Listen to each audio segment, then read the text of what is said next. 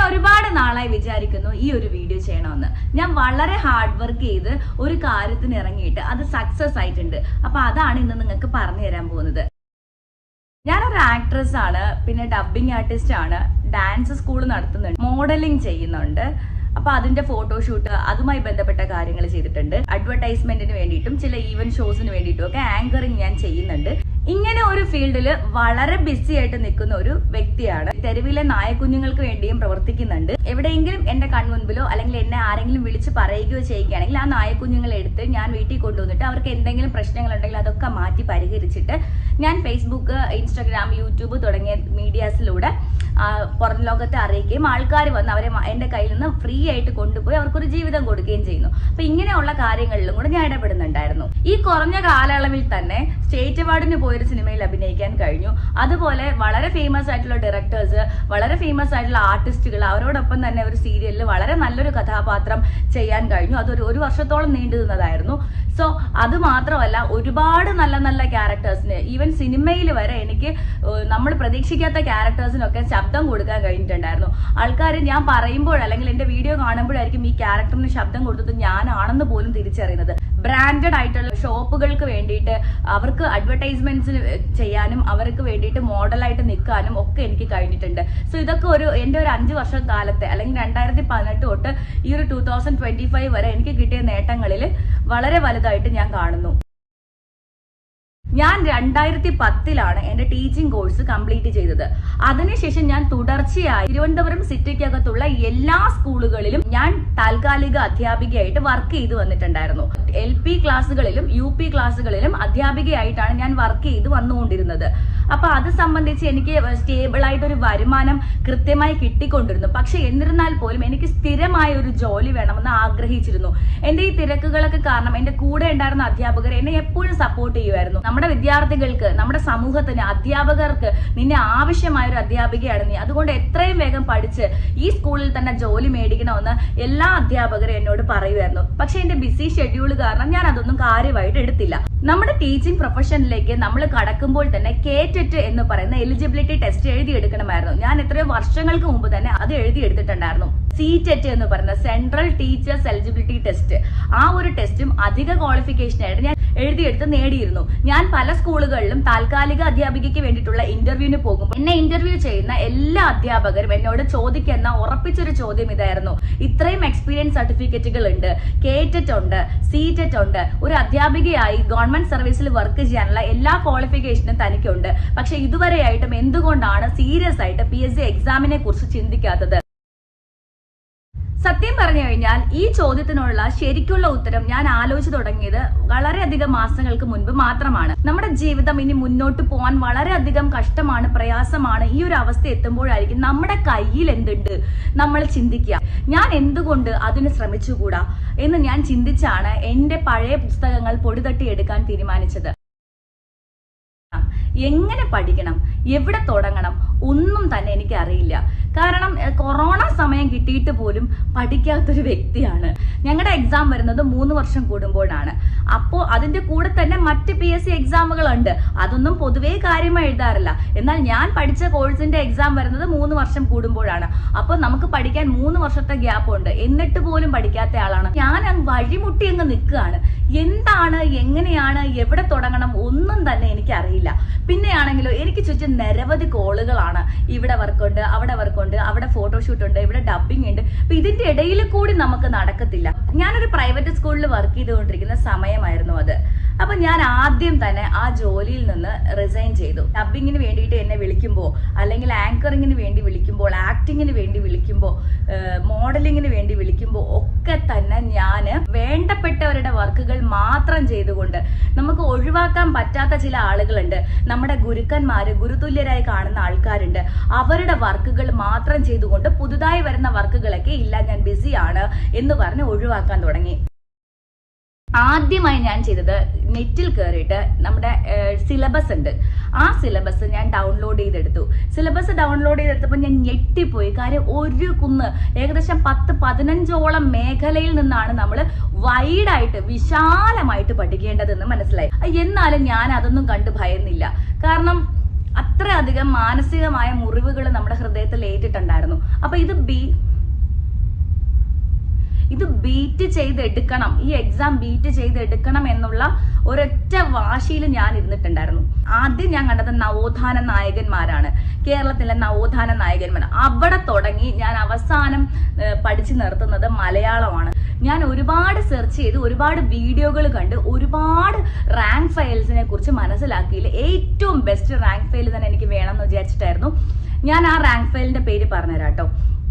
ആ rank file എന്തായാലും ഞാൻ ഈ വീഡിയോയുടെ അവസാനം പറയാം. ഫസ്റ്റ് ഞാൻ എടുത്തത് ഏത് ടോപ്പിക്കാണോ ആ ടോപ്പിക്കിനെ കുറിച്ച് യൂട്യൂബിൽ കിട്ടുന്ന സകലമാന വീഡിയോസും ഞാൻ കണ്ടിട്ട് സ്വന്തമായി ഞാൻ നോട്ട് തയ്യാറാക്കി. ഈ വ്യക്തി, ആ ഒരൊറ്റ വ്യക്തിയെ കുറിച്ച് എന്തൊക്കെയാണ് വിവരങ്ങൾ റാങ്ക് ഫയലിൽ കിട്ടുക, എനിക്ക് അറിഞ്ഞൂടാത്ത കാര്യങ്ങൾ, അതായത് എനിക്ക് മറ്റൊരിടത്തുനിന്നും കിട്ടാത്ത കാര്യങ്ങൾ, ഞാൻ എൻ്റെ പേഴ്സണൽ നോട്ട്ബുക്കിൽ കുറിച്ച് വെക്കാത്ത കാര്യങ്ങൾ ഈ റാങ്ക് ഫയലിൽ നിന്ന് കിട്ടുമ്പോൾ അത് ഞാൻ ഹൈലൈറ്റ് ചെയ്തു പോയി. അത് ഞാൻ ഇമ്പോർട്ടൻ്റ് ആയിട്ടുള്ള കാര്യങ്ങൾ മാത്രം അതിൽ നിന്ന് എടുത്ത് ഈ നോട്ട് ബുക്കിലേക്ക് ഞാൻ എഴുതി. 2011 തൊട്ട് ഇത്രയും വർഷം വരെയുള്ള എല്ലാ ക്വസ്റ്റ്യൻ പേപ്പറും, പ്രീവിയസ് ക്വസ്റ്റ്യൻ പേപ്പറും ഞാൻ നെറ്റിൽ നിന്ന് ഡൗൺലോഡ് ചെയ്തെടുത്തിട്ട് ഈ വ്യക്തിയെ കുറിച്ച് എത്ര ചോദ്യങ്ങൾ അതിനകത്തുണ്ട്, അതിൽ ഏതൊക്കെ എനിക്ക് ആൻസർ ചെയ്യാൻ പറ്റുന്നുണ്ട് എന്ന് നോക്കി. ഞാൻ ഒരൊറ്റ ഒരു ഉദാഹരണം വെച്ചാണ് പറഞ്ഞത്. ഇങ്ങനെയാണ് ഞാൻ എൻ്റെ ഓരോ ടോപ്പിക്കും കംപ്ലീറ്റ് ചെയ്തത്. ഇനി ഇതിനുള്ള സമയം എങ്ങനെയാന്ന് ചോദിച്ചു കഴിഞ്ഞാൽ, നമ്മൾ കിച്ചണിൽ പോകണം, മറ്റു കാര്യങ്ങൾ ചെയ്യണം, നമ്മുടെ പേഴ്സണൽ ആയിട്ടുള്ള കാര്യങ്ങൾ ചെയ്യണം, നമ്മളെ നോക്കി ജീവിക്കുന്ന കുറച്ച് ആൾക്കാരുണ്ട്, അവരുടെ കാര്യങ്ങൾ ചെയ്യണം, എല്ലാം ചെയ്തപ്പോൾ ഞാൻ ആദ്യം ചെയ്തത് എൻ്റെ കൂടെ ഉള്ളവരോട് ഞാൻ ഇങ്ങനെ ഒരു കാര്യത്തിന്റെ പുറകിലാണ്, എൻ്റെ ഭാഗത്തുനിന്ന് ഒരുപാട് വീഴ്ചകൾ വരും, എൻ്റെ കൂടെ നിൽക്കണം, എന്നെ സപ്പോർട്ട് ചെയ്യണം എന്ന് ഞാൻ പറഞ്ഞിട്ടുണ്ടായിരുന്നു. 6 മണിക്ക് എണീറ്റ് ഫുഡെല്ലാം പ്രിപ്പയർ ചെയ്ത് വെച്ചതിന് ശേഷം 8 മണിക്ക് ഒരു ഗ്ലാസ് ചായയും കൊണ്ട് പഠിക്കാനിരിക്കുന്ന ഞാനാണ്. രാത്രി 9-10 മണി വരെ ഇത് കണ്ടിന്യൂസ്ലി പോകും. എന്നെ സംബന്ധിച്ച് എനിക്ക് ഏറ്റവും കൂടുതൽ പഠിക്കാൻ പറ്റുക എന്ന് പറഞ്ഞാൽ മറ്റൊരാൾക്ക് ക്ലാസ് എടുക്കുന്നത് പോലെ പഠിക്കുക എന്നുള്ളതാണ്. എൻ്റെ വീട്ടിൽ തന്നെ ഞാൻ ബോർഡ് സൗകര്യങ്ങൾ ഉണ്ടായിരുന്നു. അപ്പോൾ ഞാൻ അവിടെ നിന്നിട്ട് എൻ്റെ ഫ്രണ്ടിൽ ഒരുപാട് കുഞ്ഞുങ്ങൾ ഇരിക്കുന്നതായും ഞാൻ അവർക്ക് ഇത് പഠിപ്പിച്ചു കൊടുക്കുന്നതായുള്ള രീതിയിലാണ് പഠിച്ചുകൊണ്ടിരുന്നത്. അപ്പൊ കുറേയും കൂടി എനിക്കത് മനസ്സിലാവുകയും ചെയ്തു. ഞാൻ ചാർട്ടുകൾ മേടിച്ചിട്ട് അവരെ കുറിച്ചിട്ടുള്ള സംഭവങ്ങൾ മുഴുവനും ഞാൻ എഴുതി. ഞാൻ എൻ്റെ വീടിന്റെ ചുമരുകൾ മുഴുവനും നിറയ്ക്കാൻ തുടങ്ങി. അപ്പൊ എൻ്റെ കൂടെ ഡാൻസ് പ്രോഗ്രാമിന് വരുന്ന കുഞ്ഞുങ്ങളെ എൻ്റെ വീട്ടിൽ വരുമ്പോൾ, ചേച്ചി ഇത് എന്ത് ലോകത്താണ് ഞങ്ങൾ വന്നത് എന്ന് ചോദിക്കുമായിരുന്നു. സത്യം പറയാലോ, നമ്മൾ എക്സാം എഴുതുന്ന സമയത്ത് നമ്മൾ ഏത് കളർ ചാർട്ടിൽ ഏത് പേനായിട്ടാണോ എഴുതിയത് അത് അതുപോലെ നമ്മുടെ മനസ്സിൽ വരും, ആ ഉത്തരം ക്ലിയർ ആയിട്ട് കേട്ടോ. അപ്പൊ അത് നല്ലൊരു ടിപ്പാണ്. നമുക്കൊരു 3 ദിവസം അല്ലെങ്കിൽ 4 ദിവസം കഴിയുമ്പോൾ വലിയൊരു മടി നമുക്ക് വരും, നമുക്ക് ഫോൺ എടുക്കാൻ തോന്നും. സത്യം പറഞ്ഞാൽ ഞാൻ എൻ്റെ ഇൻസ്റ്റാഗ്രാം, ഫേസ്ബുക്ക് എന്ന് തുടങ്ങിയ എല്ലാ സോഷ്യൽ മീഡിയാസും ഞാൻ എൻ്റെ ഫോണിൽ നിന്ന് അൺഇൻസ്റ്റാൾ ചെയ്തു. എനിക്ക് ആകെ വാട്സപ്പ് മാത്രമേ ഉണ്ടായിരുന്നുള്ളൂ. അതിലും വല്ലപ്പോഴും മാത്രം കയറും. ഒരു 5 മിനിറ്റ് കയറി കഴിഞ്ഞാൽ ഉടൻ തന്നെ മാറ്റി വെച്ചിട്ട് എൻ്റെ ബ്രെയിൻ പഠിക്കുക, എനിക്ക് ഇനിയും പോർഷൻസ് കംപ്ലീറ്റ് ചെയ്യാനുണ്ട് എന്ന് മനസ്സ് പറഞ്ഞുകൊണ്ടേ ഇരിക്കുമായിരുന്നു. ഞാൻ വേറൊരു മേഖലയിൽ നിന്ന് ഈ ഒരു ട്രാക്കിലേക്ക് വീഴാൻ ഒരുപാട് ഞാൻ സമയം എടുത്തിട്ടുണ്ടായിരുന്നു. പിന്നെ നമ്മുടെ കൂട്ടത്തിൽ തന്നെ ചില സബ്ജക്റ്റുകളിൽ എക്സ്പേർട്ട് ആയിട്ട് പഠിക്കുന്ന കുഞ്ഞുങ്ങൾ ഉണ്ടായിരുന്നു, ഡിഗ്രി ഒക്കെ ചില സബ്ജക്ട്സുകളിൽ ചെയ്യുന്ന കുഞ്ഞുങ്ങൾ. അപ്പൊ ഞാൻ അവരോട് വളരെ തുറന്ന ഒരു ചർച്ച വെക്കുമായിരുന്നു. എന്തെങ്കിലും ഒരു ടോപ്പിക്കിനെ സംബന്ധിച്ച് അവരുടെ അഭിപ്രായം, അല്ലെങ്കിൽ അവർക്ക് പറയാനുള്ളത്, അവരെങ്ങനെയാണ് അത് പഠിച്ചത്, അവർക്ക് എങ്ങനെയാണ് അത് ഈസി ആയത്, അങ്ങനെയുള്ള കാര്യങ്ങളൊക്കെ ഞാൻ അവരോട് സംസാരിക്കുമായിരുന്നു. ഞാൻ ഇങ്ങനെ ഒരു ഫ്ലോയിൽ വളരെ സ്ലോലി ആയിട്ട് വളരെ വൈഡായിട്ട് ഇങ്ങനെ പഠിച്ചുകൊണ്ടിരിക്കുന്ന സമയത്താണ് പെട്ടെന്ന് നമ്മുടെ ഇടിവെട്ടേറ്റവനെ പാമ്പ് കടിച്ചതുപോലെ ഡേറ്റ് ഡിക്ലെയർ ചെയ്യുന്നത്, പരീക്ഷയുടെ എക്സാമിന്റെ ഡേറ്റ് ഡിക്ലെയർ ചെയ്യുന്നത്. ആക്ച്വലി എനിക്കിന് മുമ്പിൽ 3 മാസമേ ഉണ്ടായിരുന്നുള്ളൂ. സത്യം പറഞ്ഞാൽ ഞാൻ പഠിച്ചു തുടങ്ങിയിട്ട് ഒരേ 1 മാസം ആയിട്ടേ ഉള്ളൂ. അപ്പൊ ഞാൻ ചിന്തിച്ചത് ഞാൻ നേരത്തെ ചെയ്യേണ്ടിയിരുന്നു, ഞാൻ വളരെയധികം ലേറ്റാണ്, ഇനി ഇങ്ങനെ പോയിട്ട് കാര്യമില്ല എന്ന് വിചാരിച്ചു. ഞാൻ ആകെ ടെൻഷനായി. എന്ത് വന്നാലും ശരി ഇതേ രീതി ഞാൻ ഫോളോ ചെയ്ത് കംപ്ലീറ്റ് ചെയ്തു. എല്ലാ പോർഷൻസും ഞാൻ കംപ്ലീറ്റ് ചെയ്തു. ഞാൻ റിവിഷൻ ആരംഭിച്ചു. ടീച്ചിങ് ഫീൽഡിനെ സംബന്ധിച്ച് ഏറ്റവും ഇമ്പോർട്ടന്റ് ആയിട്ടുള്ള 2 കാര്യങ്ങളാണ് സൈക്കോളജിയും ഫിലോസഫിയും. സൈക്കോളജിയും ഫിലോസഫിയെ കുറിച്ച് എനിക്ക് വളരെ നല്ല അവഗാഹം ഞാൻ പഠിക്കുന്ന കാലത്തെ ഉണ്ടായിരുന്നു. അതുകൊണ്ട് തന്നെ ഞാൻ അത് അവസാനത്തേക്ക് മാറ്റിവെച്ച ഒന്നായിരുന്നു. എക്സാമിന്റെ ഡേറ്റ് അടുത്തപ്പോഴത്തേക്കും എനിക്ക് ഈ സൈക്കോളജിയും ഫിലോസഫിയും ഒന്നും നന്നായിട്ട് നോക്കാൻ പറ്റിയില്ല. എനിക്കൊന്ന് ജസ്റ്റ് ഒന്ന് വായിച്ച് നോക്കാൻ മാത്രമേ പറ്റുള്ളായിരുന്നു സൈക്കോളജിയും ഫിലോസഫിയും. എന്നിട്ടാണ് ഞാൻ പോയി എക്സാം എഴുതുന്നത്. എഴുതിയപ്പോഴത്തേക്ക് എന്നെ സംബന്ധിച്ച് ഭയങ്കര വിഷമം വന്നു. എനിക്ക് അറിയാന്നുള്ള കാര്യങ്ങൾ അതാണോ ഇതാണോ എന്ന് ഡൗട്ട് നമുക്ക് ആ സമയം വരും. അറിയാന്നുള്ളതായിരിക്കും, പക്ഷെ നമ്മൾ ആഴത്തിൽ പഠനം ആവശ്യമാണ്. നമുക്ക് അറിയാന്നുള്ളതാണെന്ന് വിചാരിച്ച് നമ്മൾ മാറിയിരിക്കാൻ പാടില്ല. സോ അങ്ങനെ എക്സാം എഴുതിയിട്ട് എനിക്ക് വളരെയധികം ഞാൻ ഡൗൺ ആയിട്ടാണ് വന്നത്. അപ്പോൾ എൻ്റെ മുമ്പിൽ ഇനി LPSC എക്സാം ഉണ്ട്. സത്യം പറഞ്ഞാൽ ഞാൻ ഏറ്റവും കൂടുതൽ ഫോക്കസ് ചെയ്ത് പഠിക്കുന്നത് LPSCക്ക് വേണ്ടിയിട്ടാണ്. എന്നാലും എൻ്റെ ക്വാളിഫിക്കേഷൻ വെച്ചിട്ട് എനിക്ക് UPSC എഴുതാം. അതുകൊണ്ടാണ് ഞാൻ UPSCയുടെ എക്സാമിനും കൂടെ കൊടുത്തത്. പക്ഷെ ആദ്യം UPSC വന്നത് എനിക്ക് ഒരു പക്ഷെ നല്ലതായിരുന്നു. കാരണം ആദ്യം UPSC വന്നപ്പോഴാണല്ലോ ആ ഒരു എക്സാമിന്റെ ഒരു രീതിയും ഒക്കെ മനസ്സിലായത്. അപ്പൊ ഞാൻ ചിന്തിച്ചു, എനിക്ക് മുമ്പിൽ ഇനി 7 ദിവസമുണ്ട്. 7 ദിവസത്തിന് ശേഷമാണ് LPSC എക്സാം.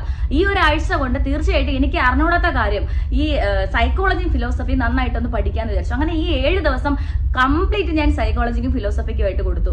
എന്നിരുന്നാൽ പോലും എനിക്ക് മലയാളം ഒന്ന് ജസ്റ്റ് ഒന്ന് ഞാൻ അവസാനത്തേക്ക് മാറ്റി വെച്ചിട്ടുണ്ടായിരുന്നു. അപ്പൊ അതും എനിക്കൊന്ന് നോക്കണമെന്നുണ്ടായിരുന്നു. എന്ത് വന്നാലും ശരി LPSC എക്സാം ഡേറ്റിന്റെ തലേ ദിവസം ഞാൻ ഉറങ്ങിയിട്ടില്ല. സത്യം പറഞ്ഞാൽ അങ്ങനെ നിങ്ങൾ ചെയ്യാൻ പാടില്ല. നന്നായി ഉറങ്ങണം, നന്നായി ഭക്ഷണം കഴിക്കണം, രാവിലെ എണീച്ചിരുന്നൊന്ന് നോക്കിയാൽ മതി. പക്ഷെ അത് അത്രയും അറിയാന്നുള്ളവർക്ക് അറിയണം. നമ്മൾ അങ്ങനെയൊക്കെ പറയുമെങ്കിലും നമ്മൾ രാത്രി ഉറങ്ങാതിരുന്ന് പഠിക്കും. എനിക്ക് സമയം തികഞ്ഞില്ല. അപ്പം ഞാൻ ഇനി കിടന്ന് ഉറങ്ങിക്കഴിഞ്ഞാൽ ഒന്നും നടക്കത്തില്ല. അതുകൊണ്ട് ഞാൻ നല്ലൊരു കട്ടൻ ചായ ഇട്ട് വെച്ചിട്ട് ഓരോ ഗ്ലാസ് ആയിട്ട് ചൂടാക്കി കുടിച്ച് ഇങ്ങനെ പഠിച്ചിട്ടേ ഇരിക്കുകയാണ്. റിവൈസ് ചെയ്യണ്ടേ, നമുക്ക് നവോത്ഥാന നായകർ തൊട്ട് വരണ്ടേ. അവിടെ നിന്ന് റിവൈസ് ചെയ്ത് ഈ പറയുന്ന ഫിലോസഫിയും സൈക്കോളജിയും ഒക്കെ റിവൈസ് ചെയ്ത് ഒരു ഓട്ടപ്പാച്ചിലായിരുന്നു. എന്ന് വെച്ചാൽ ഭയങ്കരമായിട്ട് ഞാൻ രാത്രി ഇരുന്ന് ഇങ്ങനെ പഠിച്ച് വായിച്ച് എന്റെ തൊണ്ടയിലെ വെള്ളം വറ്റി പഠിച്ച് ഇരിക്കുക. സത്യം പറഞ്ഞാൽ അവസാനത്തെ ആ ഒരു മാസം ഉണ്ടല്ലോ, ഈ ആദ്യത്തെ 2 മാസം പിന്നെ എങ്ങനെയെങ്കിലും ഒക്കെ പഠിച്ചു എന്ന് പറയാം. അവസാനത്തെ ഒരു മാസം എനിക്ക് കാര്യമായ പഠനമൊന്നും സംഭവിച്ചില്ല. കാര്യം എനിക്ക് ടൈം കിട്ടിയത് വളരെയധികം കുറഞ്ഞുപോയി. എനിക്കൊരു ബോധോദയം ഉണ്ടായതും എക്സാം ഡേറ്റ് വന്നതും 3 മാസത്തെ ഡിസ്റ്റൻസിലാണ്. അപ്പൊ നിങ്ങൾ എന്നെ അങ്ങനെ ഒന്ന് മനസ്സിലാക്കണം. കുറച്ചും കൂടെ സത്യം പറഞ്ഞാൽ ഞാനിപ്പോ എന്നെ സ്വയം വിലയിരുത്തുമ്പോൾ എനിക്ക് കുറച്ചും കൂടെ സമയം കിട്ടിയിരുന്നെങ്കിൽ, അതായത് 1 വർഷം മുൻപേയൊക്കെ ഞാൻ ബോധോദയം ഉണ്ടായിരുന്നെങ്കിൽ എനിക്ക് കുറച്ചും കൂടെ നന്നായി രീതിയിൽ എഴുതാൻ പറ്റുമായിരുന്നു. സോ അവസാനം എന്ത് ചെയ്തു, ഞാൻ എക്സാം പോയി LPSCയുടെ എക്സാം എഴുതി. ആക്ച്വലി എനിക്ക് ഫിസിക്സ് കെമിസ്ട്രി ഒക്കെ എന്ന് വെച്ച് കഴിഞ്ഞാൽ എനിക്ക് തലയ്ക്ക് കിട്ടാത്ത സാധനമാണ്.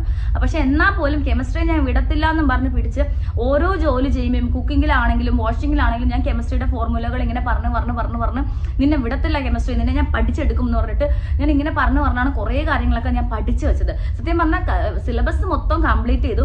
അവസാനത്തെ ഒരു മാസം ഞാൻ എടുത്ത സിലബസ് എന്ന് പറയുമ്പോൾ എല്ലാം ഒന്ന് അവിയൽ പരത്തിൽ കൂട്ടപ്പരുവായി പോയി. മറ്റത് എനിക്ക് നല്ല സ്റ്റേബിൾ ആയിട്ട് അച്ചടക്കത്തോടെ കൊണ്ടുവരാൻ പറ്റി. ആ കാര്യങ്ങൾ ഇന്നും എനിക്ക് ഓർമ്മയുണ്ട്. മറ്റു കാര്യങ്ങൾ അവിയൽ പരുവത്തിൽ എന്നാലും ഞാൻ ആ പരീക്ഷ ക്രാക്ക് ചെയ്യാൻ വേണ്ടി മാത്രം പഠിച്ചെടുത്തതുപോലെ ആയിപ്പോയി അവസാനത്തെ ഒരു മാസം. സിലബസ് കംപ്ലീറ്റ് ചെയ്തു. എന്തെങ്കിലുമൊക്കെ അറിയോ? അറിയാം. പക്ഷെ എല്ലാം അറിയില്ല. ആ ഒരു അവസ്ഥയിലാണ് ഞാൻ. ചില ടോപ്പിക്കുകൾ മാത്രം എല്ലാം അറിയാം, എല്ലാത്തിനേക്കാളും കൂടുതലും അറിയാം. ചില അവസാനം വന്ന ടോപ്പിക്കുകൾ അറിയാം മാത്രമേ ഉള്ളൂ. സോ അങ്ങനെയല്ല കേട്ടോ നിങ്ങൾ ചെയ്യേണ്ടത്. സമയം എന്ന് പറയുന്നത് നമുക്ക് വളരെ വേണ്ടപ്പെട്ടതാണ്. LPSCയുടെ എക്സാമിന് ഞാൻ പോയപ്പോൾ ഫിസിക്സും കെമിസ്ട്രിയും ചോദ്യങ്ങൾ എന്ന് പറയുന്നത് +2 ലെവലിലുള്ളതായിരുന്നു. ആക്ച്വലി ഇത് ഞാൻ നേരത്തെ അറിഞ്ഞിരുന്നെങ്കിൽ +2 ലെവലിലുള്ള ഫിസിക്സും കെമിസ്ട്രിയുടെ ടെക്സ്റ്റ് ബുക്ക് ആയിരിക്കും ഞാൻ കൂടുതൽ റെഫർ ചെയ്യുക. സത്യം പറഞ്ഞാൽ ഞാൻ +2 ലെവലിലല്ല പഠിച്ചത്. ഞാൻ എല്ലാം 10ാം ക്ലാസ് വരെ എന്റെ സിലബസിൽ എന്താണോ പറയുന്നത് അതാണ് ഞാൻ പഠിച്ചിട്ട് പോയത്. ഇത്രയും കഷ്ടപ്പെട്ട് ഫിസിക്സും കെമിസ്ട്രിയും ഒക്കെ പഠിച്ചു, മാത്സ് പഠിച്ചു, അറിയാൻ പാടില്ലാത്ത ഒരുപാട് കാര്യങ്ങളെല്ലാം നന്നായി പഠിച്ചിട്ട് അരച്ച് കലക്കി കുടിച്ചിട്ടാണ് ഞാൻ പോണത്. പക്ഷെ എനിക്ക് കിട്ടിയ പണി എന്ന് പറയുന്നത് ക്വസ്റ്റ്യൻസ് ബേസ് ചെയ്തത് ഏറ്റവും കൂടുതൽ ക്വസ്റ്റ്യൻസ് വന്നത് സയൻസിൽ നിന്നാണ്. ഈ സയൻസ് ആവട്ടെ നമ്മുടെ സിലബസിലുള്ള സയൻസ് അല്ല, എല്ലാം ഹയർ സെക്കൻഡറി ലെവലുള്ള സയൻസ് ആയിരുന്നു. ഒരു ക്ലൂ എവിടെന്നെങ്കിലും കിട്ടിയിരുന്നെങ്കിൽ ആ പുസ്തകം കൂടെ ഞാൻ പഠിച്ചിട്ടേ പോവുള്ളായിരുന്നു. എന്നാൽ ഇത് വളരെയധികം പ്രയോജനകരമാകുന്നത് ആർക്കാണ്? സയൻസിൽ ഡിഗ്രി എടുത്തവർക്ക്, സയൻസ് പരമായിട്ട് ബേസ് ഉള്ളവർക്ക്, +2 സയൻസ് പഠിച്ചവർക്ക്, ഡിഗ്രിക്ക് സയൻസ് പഠിച്ചവർക്കൊക്കെ വളരെ ഈസി ആയിട്ട് ക്രാക്ക് ചെയ്യാൻ പറ്റുന്ന ഒരു എക്സാം ആയിട്ട് മാറുകയും എനിക്ക് ഭയങ്കര വിഷമായി. ഞാൻ അങ്ങ് കണ്ണ് നിറഞ്ഞുപോയി. അപ്പം നമ്മളെ ഒരു നടക്കും പോവാൻ സമ്മതിക്കത്തില്ല എന്നുള്ള ഒരു ഇത് വന്നു. അതായത് നമ്മൾ എത്ര മുന്നോട്ട് പോകുന്നത് നമ്മളെ തള്ളി ബേക്കിലോട്ട് ആക്കുന്നത് പോലെ ഈ വിധി എന്ന് പറയുന്ന സാധനം, യൂണിവേഴ്സ്, പ്രപഞ്ചം, പ്രകൃതി, അങ്ങനെയാണ് ഞാൻ ചിന്തിച്ചത്. എന്നെ പോലെ തന്നെയാണ് എല്ലാവരും. അവിടെയുള്ള എല്ലാവർക്കും വിഷമവും പ്രയാസമാണ്. കാര്യം എല്ലാവർക്കും ഏജ് ഓവറാവുന്ന കുറെ ചേച്ചിമാരും ചേട്ടന്മാരും ഉണ്ടായിരുന്നു. അപ്പൊ അവർ വന്നിട്ട് ഭയങ്കരമായിട്ട് ഫീൽ ചെയ്യുന്നുണ്ടായിരുന്നു. അവിടെ നിന്ന് ഫീൽ ചെയ്ത് കരയും ബേളം ഉണ്ടാക്കിയൊക്കെ ചെയ്യുന്നുണ്ടായിരുന്നു. വന്നതിന് ശേഷം എനിക്ക് ആ ക്വസ്റ്റ്യൻ പേപ്പർ എടുത്ത് എത്ര ആൻസർ ശരിയായി, എത്ര തെറ്റുകളുണ്ട്, എത്ര നെഗറ്റീവ് ഉണ്ടെന്ന് നോക്കാനൊന്നും എനിക്ക് തോന്നിയില്ല. ഞാൻ ഇതിന്റെ റിവ്യൂസ് ഒക്കെ നോക്കിയായിരുന്നു യൂട്യൂബിൽ. എങ്ങനെയുണ്ട് LPSCയുടെ എക്സാം എഴുതിയ മറ്റുള്ളവർ പറയുന്നത്. എല്ലാവർക്കും പാട് തന്നെയായിരുന്നു. എല്ലാവരും കരച്ചിലും വിഷമവും പ്രയാസവും തന്നെയായിരുന്നു. കാര്യം എല്ലാവരെയും കൂട്ടത്തോടെ ചതിച്ചതുപോലെയാണ് PSCയുടെ ക്വസ്റ്റ്യൻ ഇടല്. അതായത് നമ്മുടെ സിലബസിൽ നിന്നല്ലല്ലോ ചോദിച്ചത്. ഇപ്പൊ എത്ര വർഷം കൊണ്ട് പഠിച്ചു വെച്ചിട്ട് പോണവരെ ഒന്ന് പിടിച്ച് കൊലിക്കുന്ന രീതിയിൽ, അതായത് അത്രത്തോളം ബ്രില്യന്റ് ആയിട്ടുള്ള ടീച്ചേഴ്സ് മതി ഗവൺമെന്റ് സർവീസിലെന്നുള്ളതാണ്. കുറച്ച് മാസങ്ങൾക്ക് ശേഷം എനിക്ക് PSCന്ന് ഒരു മെസ്സേജ് വരുന്നത്, നിങ്ങളെ ഷോർട്ട് ലിസ്റ്റ് ചെയ്തിട്ടുണ്ട് എന്ന് പറഞ്ഞിട്ട്. എൻ്റെ ജീവിതത്തിൽ ആദ്യമായിട്ട് എനിക്ക് കിട്ടുന്ന ഒരു PSCന്ന് ഇങ്ങോട്ട് കിട്ടുന്ന ഒരു മെസ്സേജാണ്, നിങ്ങളെ ഷോർട്ട് ലിസ്റ്റ് ചെയ്തിട്ടുണ്ട്, അപ്പോൾ നിങ്ങൾ എത്രയും പെട്ടെന്ന് തന്നെ നിങ്ങളുടെ സർട്ടിഫിക്കറ്റ്സ് എല്ലാം അപ്ലോഡ് ചെയ്യണമെന്ന്. എനിക്കാണെങ്കിൽ ഭയങ്കര സന്തോഷം. അങ്ങനെ ഞാൻ പെട്ടെന്ന് തന്നെ സർട്ടിഫിക്കറ്റ്സ് എല്ലാം അപ്ലോഡ് ചെയ്തു. അപ്പോൾ സർട്ടിഫിക്കറ്റ് വെരിഫിക്കേഷന് വേണ്ടി വിളിച്ചിരുന്നു. അങ്ങനെ ഡയറക്റ്റ് പോയി സർട്ടിഫിക്കറ്റ് വെരിഫിക്കേഷനും കാര്യങ്ങളൊക്കെ കഴിഞ്ഞു. അതിനുശേഷം അവർ നമ്മളെ ഇന്റർവ്യൂവിന് വിളിക്കുകയാണ്. ഇന്റർവ്യൂവിന് വിളിക്കുമ്പോഴെന്ന് വെച്ച് കഴിഞ്ഞാൽ ഏറ്റവും കൂടുതൽ മാർക്ക് എന്ന് പറയുന്നത് 13 മാർക്കാണ്. ഈ 13 മാർക്ക് മേടിക്കുമ്പോൾ നമ്മളെ എഴുത്ത് പരീക്ഷയുടെ നമുക്ക് കിട്ടിയ മാർക്കിന്റെ കൂടെ ഈ 13 മാർക്കും കൂടെ ആഡ് ചെയ്യപ്പെടും. അപ്പോൾ അപ്പോഴും ഞങ്ങൾക്ക് അറിയത്തില്ല ഞങ്ങളുടെ എഴുത്ത് പരീക്ഷയുടെ മാർക്ക് എത്രയാണെന്ന് ഞങ്ങൾക്ക് അറിയത്തില്ല. ഇന്റർവ്യൂ എങ്ങനെയാ, ഏതാ, എന്ത് കുന്തവാ ഒന്നും അറിയത്തില്ല. ഓടിപ്പോയി ഇന്റർവ്യൂ അറ്റൻഡ് ചെയ്യുന്നതിന് വേണ്ടിയിട്ട് ഒരു ഗൈഡ് വാങ്ങി. LPSA UPSA ഇന്റർവ്യൂ എന്ന് പറഞ്ഞ പുസ്തകം എന്റെ കണ്ണിപ്പെട്ടു. ഒരു 50 രൂപ എങ്ങാണ്ടേ ഉള്ളൂ, ഒരു ചെറിയ പുസ്തകം. അപ്പൊ ഞാൻ അത് പോയി മേടിച്ചു, എന്തൊക്കെയാന്നൊക്കെ ഒന്ന് അറിയാൻ വേണ്ടിയിട്ട്, ഏത് ടൈപ്പ് ചോദ്യങ്ങളാണ് വരുന്നത്. പിന്നെ മുൻപ് ഇന്റർവ്യൂ ചെയ്തവരുടെ വീഡിയോസ് ഉണ്ടോ എന്ന് നോക്കിയപ്പോഴത്തേക്ക് അതൊന്നും വലിയ കാര്യമായിട്ട് യൂട്യൂബിലില്ല, നമുക്ക് പ്രയോജനകരമായ വീഡിയോ ഇല്ല. അഥവാ പറയുന്നുണ്ടെങ്കിലും ഒന്ന് പൊതിഞ്ഞ് പറക്കിയൊക്കെ ആൾക്കാർ പറയുന്നുള്ളൂ, എല്ലാം അങ്ങ് വിട്ട് പറയുന്നില്ല കേട്ടോ എന്നെ പോലെ. അപ്പം അതിലും വലിയ കാര്യമായിട്ട് തോന്നില്ല. അങ്ങനെ ഞാൻ ഇന്റർവ്യൂ അറ്റൻഡ് ചെയ്തു. എന്നെ സംബന്ധിച്ച് എനിക്ക് അങ്ങനെ ഇന്റർവ്യൂകളിലൊന്നും എനിക്ക് പേടിയുള്ള ഒരാളല്ല, ടെൻഷനുള്ള ഒരാളല്ല. ഇപ്പൊ ക്യാമറ ഫേസ് ചെയ്യാനാണെങ്കിൽ എനിക്ക് ടെൻഷൻ ഇല്ല. ഒരു സ്റ്റേജിൽ കയറിയിട്ട് ഇത്രയും ആൾക്കാരുടെ മുമ്പിൽ വെച്ചിട്ട് എനിക്ക് മൈക്കിൽ സംസാരിക്കണമെങ്കിൽ എനിക്ക് അങ്ങനത്തെ പേടിയും ഭയവും ഒന്നും തന്നെ ഇല്ലാത്ത ഒരാളാണ്, യാതൊരു വികാരവും ഇല്ലാത്ത ആളാണ്. അപ്പോഴും ഞാൻ ഇന്റർവ്യൂവിന് ഞാൻ ചെന്നപ്പോഴത്തേക്ക് അവിടെ ഓരോരുത്തർ പ്രാർത്ഥിക്കുന്നു, കുമ്പിടുന്നു, 50 പ്രാവശ്യം വെള്ളം കുടിക്കുന്നു. എനിക്ക് അങ്ങനെ ഒന്നും ഉണ്ടായില്ല. ഞാൻ ഇന്റർവ്യൂ അറ്റൻഡ് ചെയ്തു. ഇന്റർവ്യൂ അറ്റൻഡ് ചെയ്തതിന് ശേഷം എനിക്ക് ഏറ്റവും കൂടുതൽ മാർക്ക് 13 മാർക്ക് തന്നെ എനിക്ക് ഉണ്ടായിരുന്നു. അത് പിന്നീട് മനസ്സിലായി. അപ്പൊ ഞാൻ ഇത് എങ്ങനെയായിരുന്നു എന്റെ ഇന്റർവ്യൂ എന്നുള്ളത് ഞാൻ എന്തായാലും ഈ വീഡിയോയിൽ ഇട്ട് നശിപ്പിക്കുന്നില്ല, ദീർഘിപ്പിക്കുന്നില്ല. ഈ ഇന്റർവ്യൂവിന്റെ വീഡിയോ ഞാൻ സെപ്പറേറ്റ് ചെയ്യാം, വളരെ വിശാലമായിട്ട് തന്നെ നിങ്ങൾക്ക് പറഞ്ഞുതരാം എന്തൊക്കെയായിരുന്നു എന്റെ പ്രിപ്പറേഷൻസ്, എങ്ങനെയായിരുന്നു ഞാൻ അവിടെ പോയപ്പോൾ അവിടെയുള്ള സാഹചര്യം എന്തൊക്കെയായിരുന്നു, എന്തൊക്കെയാണ് നമ്മൾ ചെയ്തത്, എന്തൊക്കെ ചോദ്യങ്ങളായിരുന്നു, എങ്ങനെ ഞാൻ മറുപടി പറഞ്ഞു, ഈ വക കാര്യങ്ങളൊക്കെ ഞാൻ എന്ത് ചെയ്യാം മറ്റൊരു വീഡിയോയിൽ പറഞ്ഞുതരാം. ഇന്റർവ്യൂവിന് ശേഷം ആണ്, പിന്നെ കുറേ മാസങ്ങൾക്ക് ശേഷമാണ് നമ്മുടെ റാങ്ക് ലിസ്റ്റ് വരുന്നത്. റാങ്ക് ലിസ്റ്റ് വന്നപ്പോഴത്തേക്കും സപ്ലിമെന്റ് ലിസ്റ്റിലല്ല, മെയിൻ ലിസ്റ്റിൽ തന്നെ ഞാനുണ്ട്, റാങ്ക് ഉണ്ട്. ആ റാങ്ക് നമ്പർ ഞാൻ പറയുന്നില്ല, എന്നാലും ഞാൻ ഇന്റർവ്യൂവിന്റെ വീഡിയോയിൽ പറഞ്ഞുതരാം എത്രാമത്തെ റാങ്കാണ്, എനിക്ക് എക്സാമിന് എത്ര മാർക്ക് കിട്ടി എന്നൊക്കെയുള്ള. ഇപ്പൊ നിങ്ങൾ ഇത്രയും മാത്രം മനസ്സിലാക്കിയാൽ മതി. ഇന്റർവ്യൂവിന് എനിക്ക് ഫുൾ മാർക്ക് 13-ന് 13 എനിക്കുണ്ടായിരുന്നു. എന്റെ എഴുത്ത് പരീക്ഷയുടെ മാർക്കിനോട് ആഡ് ചെയ്ത് എനിക്ക് ഒരു മാർക്ക് ഉണ്ടായിരുന്നു. അത് ഞാൻ പറയാം എത്രാമത്തെ റാങ്ക് ആണ് എന്നുൾപ്പെടെ റാങ്ക് ലിസ്റ്റിലുണ്ടായിരുന്നു. മെയിൻ ലിസ്റ്റിലാണ്. എനിക്കത് വളരെയധികം സന്തോഷം. കാര്യം ഞാൻ എന്റെ 3 മാസമാണ്, എന്റെ ജീവിതത്തിലെ 3 മാസമാണ് ഞാൻ ചെലവാക്കിയത്.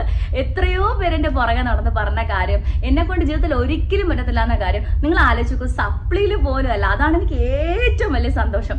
കാര്യം ഇത്രയും വളരെ കുറഞ്ഞ മാസം കൊണ്ട്. അപ്പൊ ഞാൻ ആലോചിച്ചു, എന്നിരുന്നാലും ശരി ഞാൻ അതിനകത്ത് വന്നു പെട്ടല്ലോ, മെയിൻ ലിസ്റ്റിനകത്ത് വന്നല്ലോ എന്നാണ് എന്നോട് ഒരുപാട് പേര് പറഞ്ഞത്. അപ്പൊ ഞാൻ പറഞ്ഞു എനിക്ക് കുറച്ചും കൂടെ റാങ്ക് മുകളിലോട്ട് പോവാമായിരുന്നു എന്ന് ഞാൻ ഇങ്ങനെ പറഞ്ഞപ്പോ എൻ്റെ അടുത്ത് എൻ്റെ സിസ്റ്റേഴ്സൊക്കെ പറഞ്ഞു വെച്ചാൽ, നിനക്കറിയോ എത്ര വർഷങ്ങളെടുത്ത് പഠിക്കുന്നവരുണ്ടെന്ന് അറിയോ, അവരിപ്പോഴും സപ്ലിയിൽ കിടക്കാണ്.